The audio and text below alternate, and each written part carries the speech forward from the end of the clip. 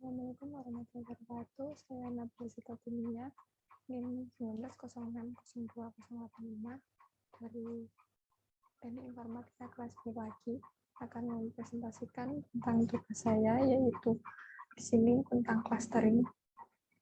Yang pertama yaitu clustering commits. Di sini diketahui ada 5 data, yaitu data 1, 2, 3, 4, dan 5. Kemudian diketahui nilai X, Y, dan centroidnya. Di sini K-nya diketahui 2, terus T-nya 0,1, F0-nya sama dengan 1000 dengan menggunakan jarak Manhattan. Yang pertama kita menghitung di iterasi 1 di data pertama, yaitu dengan D dalam kurung X1, C1, yaitu dengan menghitung X1 min C1X plus Y1 min C1Y.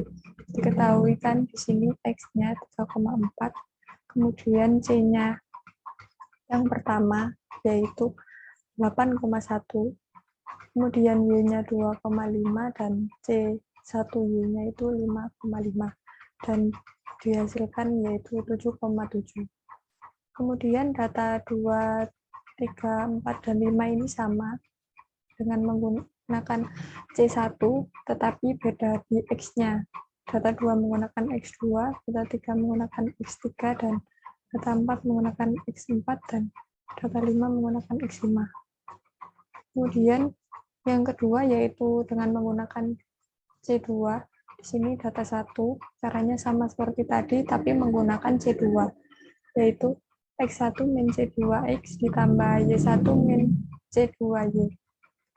Di sini diketahui X1-nya kan 3,4, kemudian C2-nya yaitu 10, kemudian Y1-nya 2,5, dan C2-nya yaitu 15, dan diperoleh hasil 19,1.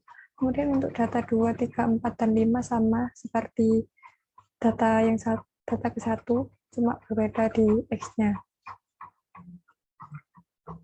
Kemudian di sini diperoleh hasil yaitu data ke-1, C1 jarak ke sentroidnya yaitu 7,7, C2-nya 19,1, kemudian jarak terdekatnya dari C1 dan C2 ini kan 7,7. Jadi klaster yang diikuti yaitu C1. Kemudian yang data kedua, di sini diketahui C1-nya 0, C2-nya 11,4. Jadi jarak terdekatnya yaitu 0 dan masuk ke klaster 1. Kemudian untuk data ketiga yaitu C1-nya 8,6 dan C2-nya 7. Jadi jarak terdekatnya yaitu 7 masuk ke klaster 2. Untuk data keempat C1 11,4, C2 0, jarak terdekatnya 0 dan masuk ke klaster 2. Untuk yang kelima C1-nya 8,4, C2-nya 7, kemudian jarak terdekatnya 7 dan masuk ke klaster 2. Kemudian kita menghitung nilai sentroid tiap klaster. Di klaster 1 ada 2 data, 1 dan 2, dan klaster 2 ada 3, 3, 4, dan 5. Di sini sudah diketahui X, Y-nya sama kayak seperti yang di atas tadi. Kemudian kita menghitung jumlah klaster di sini ada 2 kan, 2. Terus yang klaster 2 ini ada 3. Kemudian untuk jumlah X yaitu 11,5, jumlah Y klaster 1 8, kemudian rata-rata X klaster 1 5,75, dan rata-rata Y klaster 1 4. Kemudian untuk jumlah X klaster 2 28, Y-nya 37, kemudian rata-rata X-nya 9,33, dan rata-rata Y-nya 12,3. Kemudian kita menghitung nilai fungsi objektif di sini.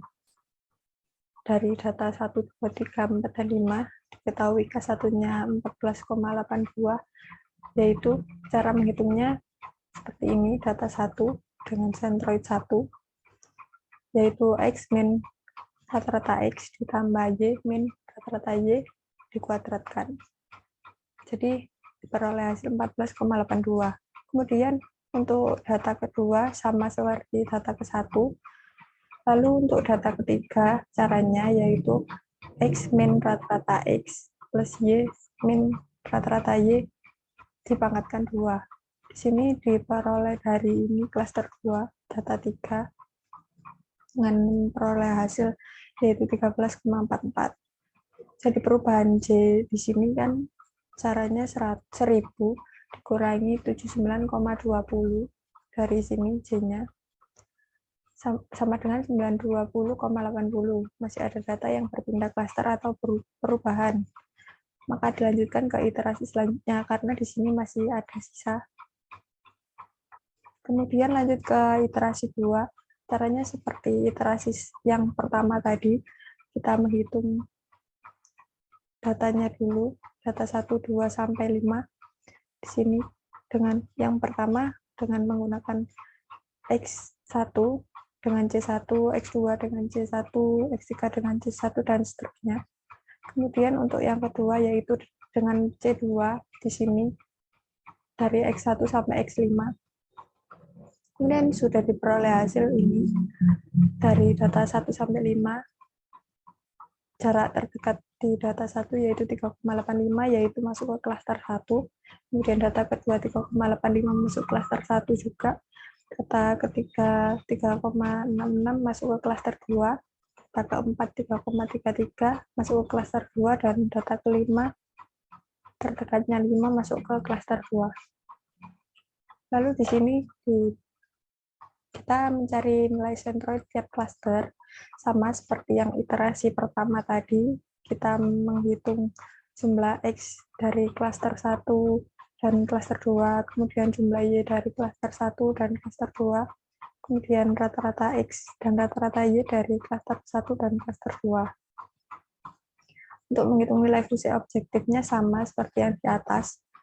Jadi di sini disimpulkan perubahan J sama dengan 79,20. Yang ini tadi kan 79,20 dikurangi 79,20 sama dengan 0. Jadi tidak ada data yang pindah klaster atau perubahan karena J-nya sama dengan 0, maka iterasi clustering dihentikan. Jadi cukup sampai iterasi 2 saja. Kemudian kita cari nilai SSW-nya. Di sini diketahui klaster 1 dan klaster 2, yaitu sentroidnya X dari klaster 1 5,75 dan Y-nya 4. Kemudian sentroid dari klaster 2 X-nya 9,33 dan Y-nya 12,33. Jarak ke sentroidnya yaitu yang pertama 2,78 dan yang kedua 2,78 di klaster 1. Kemudian yang di klaster 2 ada 3,35, 2,74, 3,54. Kemudian SSW-nya di sini diperoleh 2,78, kemudian di sini yang klaster 2 3,21. Kemudian kita mencari nilai SSB di klaster 1 sama 2, yaitu dengan SSB C1, C2 yaitu akar CX1 min CX2 dikuadratkan ditambah CY1 sama dengan CY2 dikuadratkan dan diperoleh hasil 9,071. Kemudian untuk nilai R di sini, caranya yaitu SSW1 ditambah SSW2 dibagi SSB1 dan 2 dan diperoleh hasil 0,662. Jadi PBI yang didapatkan adalah 0,662. Di sini dikumpulkan hasil clustering data di klaster 1 yaitu data 1 dan 2. Kemudian data di klaster 2 yaitu data 3 sampai 5. Jadi di sentroid 1 sama 2 ini diketahui X-nya 5,75 dan Y-nya 4, kemudian X dari sentroid 2 yaitu 9,33 dan Y-nya 12,33. Lanjut ke soal yang B yaitu tentang hierarki clustering. Di sini diketahui data 1 sampai 10, ada X, Y, Z-nya juga di sini dengan menggunakan cara Euclidean. Kemudian single linkage karena NIM saya ganjil. Kemudian kita nanti menyajikan dendrogram. Di sini kita menulis tabel matriks antar data. Tabel yang pertama di sini dihitung dari data 1 sampai 10, kemudian kita mencari nilai minimalnya. Cara untuk data mencari nilai minimal yaitu dengan cara ini untuk data 1, 2, agar 28 min 18 dikuadratkan. Dari sini kita ambil X-nya, X, kemudian Y, di sini Y, kemudian ini Z, dan dihasilkan 75,69 di sini. Karena untuk data 1 dan 2, kita hitung sampai yang data ke-10, kemudian disimpulkan di sini minimalnya yaitu 10,49, yaitu ada di sini pada baris 6 dan kolom 5. Kemudian karena nilai minimumnya di baris 6 dan kolom 5, maka barisan kolom 5 sama 6 akan dijadikan 1. Kemudian lanjut ke tabel yang kedua, yang data 5 sama 6 sudah dijadikan 1 dengan menggunakan single linkage untuk menentukan nilai pada barisan kolom dengan mengambil nilai minimumnya. Jadi kita ambil dari sini nilai minimum dari X5 sama X6 yaitu 77,32. Caranya seperti ini. Jadi yang ditulis cuma ini. Terus di tabel ini nilai minimumnya yaitu 13,96 yang ada pada baris 8 dan kolom 4. Kita lanjut lagi membuat tabel dengan menyatukan 4 sama 8. Caranya seperti yang ini tadi. Kita cari nilai minimumnya. Kemudian di tabel ini nilai minimumnya 19,10, yaitu ada baris 10 sama di kolom 4 sama 8. Lanjut ke tabel 4, sama seperti yang di atas. Kan tadi ada di baris 10, kolom 4 sama 8. Jadi yang 4, 8, sama 10 dijadikan 1 di sini. Kemudian di tabel ini diketahui minimumnya yaitu 22,29 yang ada pada baris 4, 8, 10, dan kolom 5, 6. Jadi di tabel selanjutnya kita satukan yaitu 48, 56, sama 10. Jadikan 1. Kemudian disimpulkan di sini tabel kelima nilai minimumnya yaitu 25,73 pada baris 3 kolom 2. Jadi di tabel selanjutnya kita menyatukan 2 sama 3 di sini. Kemudian kita cari minimumnya. Kemudian di tabel 6 ini minimumnya yaitu 50,96 pada baris 2, 3 di kolom 1. Lalu lanjut kita menyatukan 2, 3 sama 1 tadi seperti ini.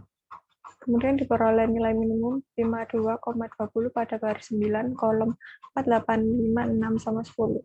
Jadi 48, 56, 10 sama 9 kita satukan.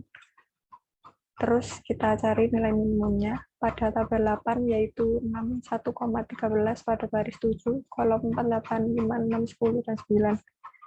Kemudian di sini tabel yang terakhir kita ada 4, 8, 5, 6, 10, 9 sama 7 dan 2, 3, 1. Kemudian ini disajikan dendrogram yang di sini tadi sudah digabung-gabungkan. Misalnya 9 dengan ini 5 sama 6, 4 sama 8. Kemudian 10 ini digabungkan ke 4 sama 8, dan seterusnya. Dan di sini diperoleh ada 3 klaster, yaitu klaster 1, klaster 2, dan klaster 3.